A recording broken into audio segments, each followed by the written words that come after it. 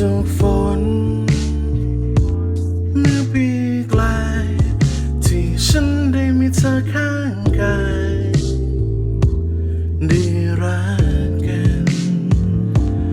เราได้มาพบเวลาที่ดีต่อใจแต่ว่าการกระทบก็ทำให้เสียมันไปมันช่างรุนแรงเหลือเกินซะจนไม่อยากจะทนมันได้ไว้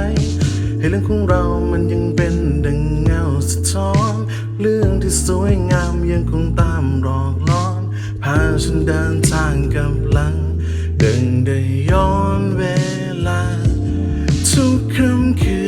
นฉันเฝ้ามองเธออยู่ในฝันได้จ้องมองตาคู่นั้นจูบจนฟ้าสว่างตื่นมาพบชีวิตที่มืดมนแรงถึงหนทางยิ่งจะมีความมืดวางในหัวใจเปรียบดังฝนที่โปรยปลายในหน้าหนาวที่เดียวดายต่างกับฝนเมื่อปีไกลที่ฉันได้มีเธอข้างกายได้รักกัน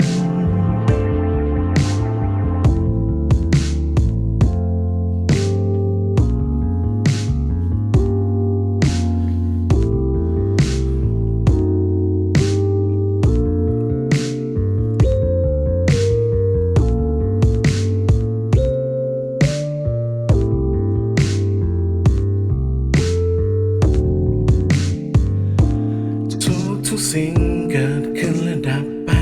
แต่ความรู้สึกมันไม่เคยจางใจยังคงสวยงามเหมือนเดิมแม้เราจะจากกันไปแสนไกลเท่าไรเหมือนฝนที่โปรยปลายท่ามกลางหมอกขาวฝนที่โปรยปลายในฤดูที่เหน็บหนาวเป็นช่วงเวลาที่เข้ามาพร้อมกันชีวิตใจได้คิดถึงเธอฉันเฝ้ามองเธออยู่ในฝันได้จ้องมองตาคู่นั้นจวบจนฟ้าสว่าง